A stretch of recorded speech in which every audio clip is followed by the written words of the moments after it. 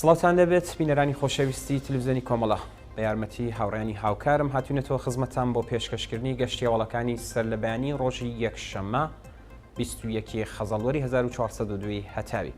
سەرەتا سەردێڕی گرنگترین هەواڵەکان. کۆبوونەوەی خانەنشین کراوانی کشوەری لە کرماشان، چالاکی ئازادی خوازانی سنە بۆ ڕێزگرتن لە یادی ئیسا بیگلەری، دەست بە سەرکردنی دووبارەی میترا جەوادی لە شایندێش، برینداربوونی 8 کەس لە هێرشی پەهبادی تورکیا بۆ سەر ڕۆژاوە، کۆبوونەوەی کرێکارانی کارخانەی فولادی ئەهواز، کۆبوونەوەی کادری دەرمان لە تاران و عراق، لە سێدارەدانی بەندکراوێکی سیاسی لە زیندانی زاهدان و خۆپیشاندانی لایەنگرانی فلستین لە کانەدا و بریتانیا.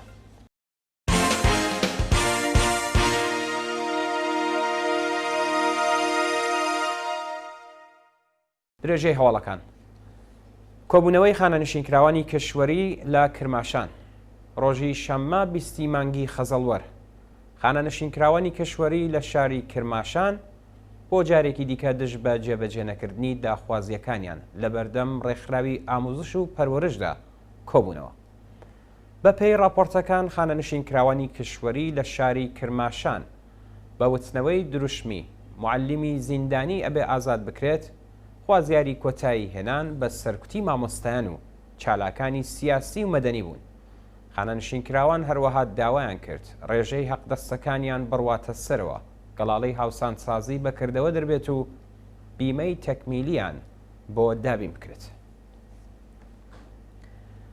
چالاکی ئازادی خوازانی سنە بۆ ڕێزگرتن لە یادی ئیسا بیگلەری ڕۆژی شەممە 20 مانگی خەزەڵوەر لەگەڵ نزیکبوونەوە بە ساڵڕۆژی گیانبەختکردنی ئیسا بیگلەری لە گیانبەختکردوانی شۆڕشی ژینە لە شاری سنە. لاوانی شۆڕشگێڕی ئەم شارە بەدانانی وێنەکانی ئەو ئازادی خوازە لە بەرزاییەکانی ئاویەر یاد و ناویان بەرزڕاگرت. ئیسا بیگلەری خەڵکی گوندی نەسەناری سربەست سەوڵاوە و دانیشتووی سنە ڕۆژی 11 خاکە لێوەی ساڵی 61 هەتاوی لەدایک بووە. ناوبراو شەوی سێشەممە 24 خەزەڵوەری 1401 لە ڕەوتی ناڕەزایەتیەکانی شاری سنە بەهۆی تەقەی سەرکوتگەرانی ڕژیم بریندار و بۆ نەخۆشخانە گوازرایەوە، بەڵام پاش کاتژمێرێک بەهۆی قورسی برینەکانیەوە گیانی لەدەستا. دەست بە سەرکردنی دووبارەی میترا جەوادی لە شایندێش. لە ڕۆژانی ڕابردوودا میترا جەوادی لە دەست بەسەرکراوانی شۆڕشی ژینە بۆ جارێکی دیکە لەلایەن هێزەکانی ئیتلاعاتی سوپای پاسدارانەوە ڕفێنرا. میترا جەوادی تەمەن 19 ساڵ لە ڕێکەوتی 28 خەزەڵوەری 1401 و لە ڕەوتی شۆڕشی ژینە لەلایەن هێزانیەکانەوە دەست بەسەر و بۆ ماوەی 19 ڕۆژ لە گرتوخانەی ئیتلاعاتی سوپای ورمێ ئەشکەنجە و لێپرسینەوەی لێکرا. ناوبراو پاشماوەیە کەوتە بەر لێخۆشبوونی گشتی و لە گرتوخانە ئازاد کرا. ئەو چالاکە مەدەنیا لە ڕۆژانی ڕابردوودا بۆ جارێکی دیکە بەبێ بەڵگەی قەزایی لەلایەن ئیتلاعاتی سوپای پاسدارانەوە دەست بەسەر کرا و بنەماڵەکەی نیگەرانی دۆخی تەندروستی ناوبراون. کوژران و برینداربوونی 2 کەس بەهۆی وەرگەڕانی تانکێڕی قیر لە جادەی سەقز مەریوان. بە پێی هەواڵی گەشتوو ڕۆژی شەممە 20 مانگی خەزەڵوەر تانکێڕێکی قیر لەسەر جادەی سەقز بۆ مەریوان وەرگەڕاو، بۆ هۆیەوە کەسە گیانی لەدەستا و هاوڵاتێکی دیکەش بە سەختی بریندار بوو. بە پێی زانیاریەکان تانکێڕێکی قیر لە جادەی سەقز بۆ مەریوان کۆنتترۆلی لەدەستاوە و کەوت بەسەر ئۆتۆمۆبیلێکی پەیکاندا کە بەو هۆیەوە شۆفێری سەواریەکە بە ناوی عەتا حسەینی جەوشەن دەست بەجێ گیانی لەدەستا و کچێک بە سەختی بریندار و ڕەوانەی نەخۆشخانەکراوە. برینداربوونی 8 کەس لە هێرشی پەهبادی تورکیا بۆ سەر ڕۆژاوە.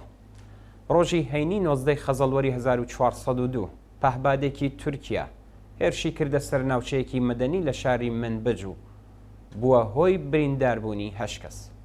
بەوتەی بەرپرسانی خۆبەڕێوەبەری ڕۆژاوای کوردستان، دەوڵەتی تورکیا لە شەڕی نێوان حەماس و ئیسرائیل کەڵکی وەرگرتووە و لە حاڵێکدا جیهان چاوی لەسەر ڕووداوەکانی فلستینە هێرشەکانی بۆ سەر ڕۆژاوای کوردستان چڕتر کردوێتەوە.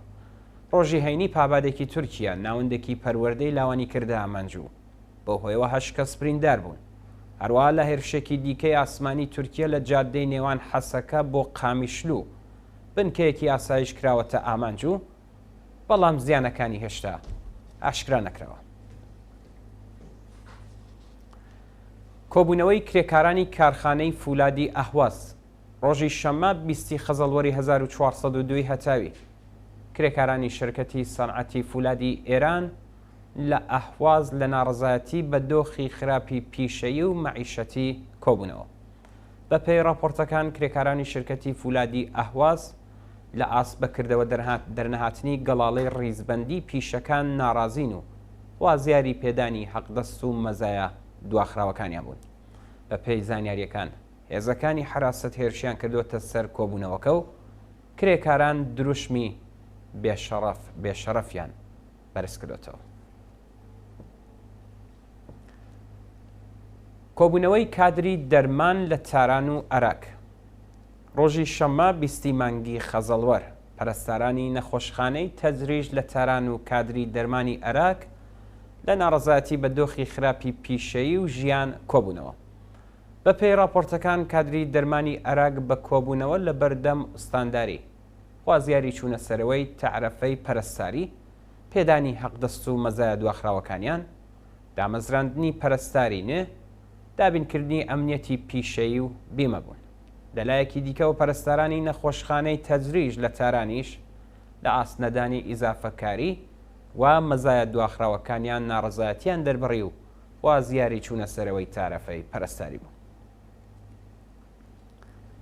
درێژەی ناڕەزایەتی کرێکارانی ڕسمی نەوت لە ئاغاجەری کرێکارانی ڕسمی لە ناوچەی نەوتی ئاغاجەری لە پارێزگای خوزستان ڕۆژی شەممە 20 مانگی خەزەڵوەر بۆ جارێکی دیکە دژ بە جێبەجێ نەکردنی داخوازیەکانیان کۆبوونەوە.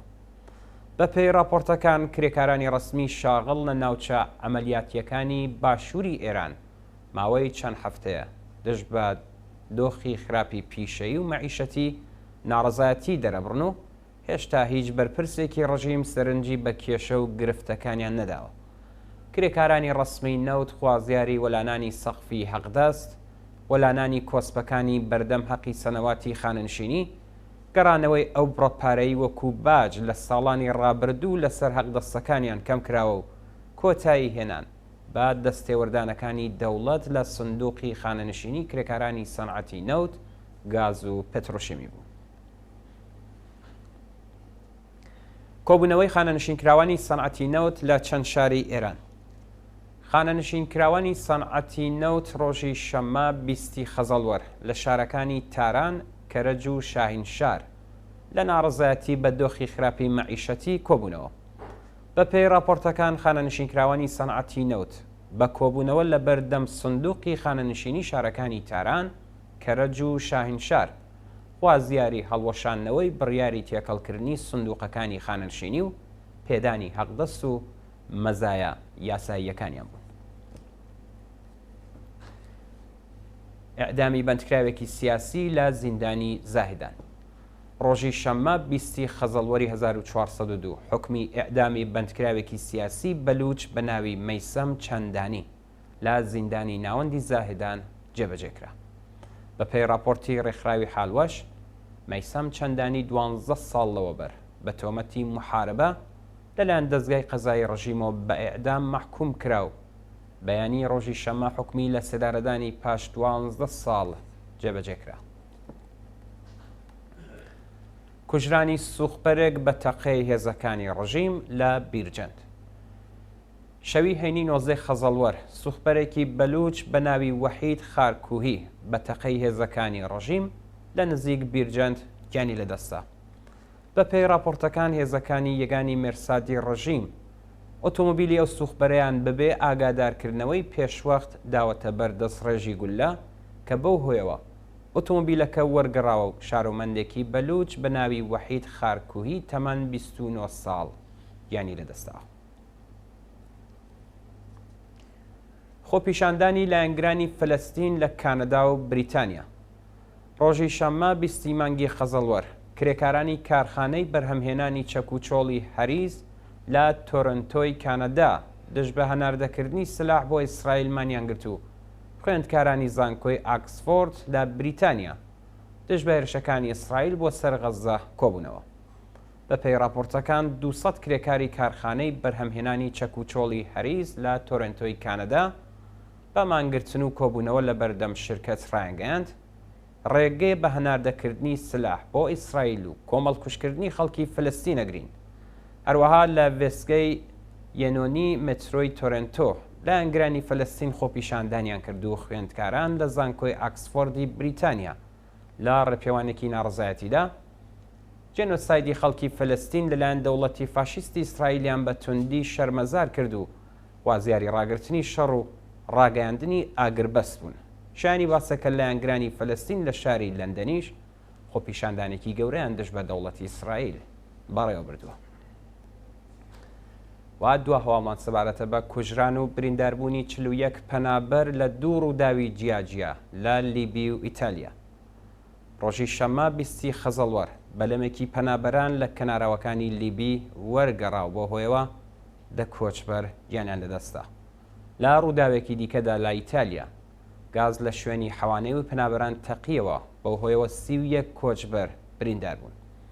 بە پێی راپۆرتەکان دە پەنابەری سووری خەڵکی شارەکانی دەرئا و دەمشقی سووریا بەهۆی وەرگەڕانی بەلەمەکەیان لە لێوارەکانی لیبی گیانیان لەدەستاوە و چارەنووسی چەند کەس نادیارە.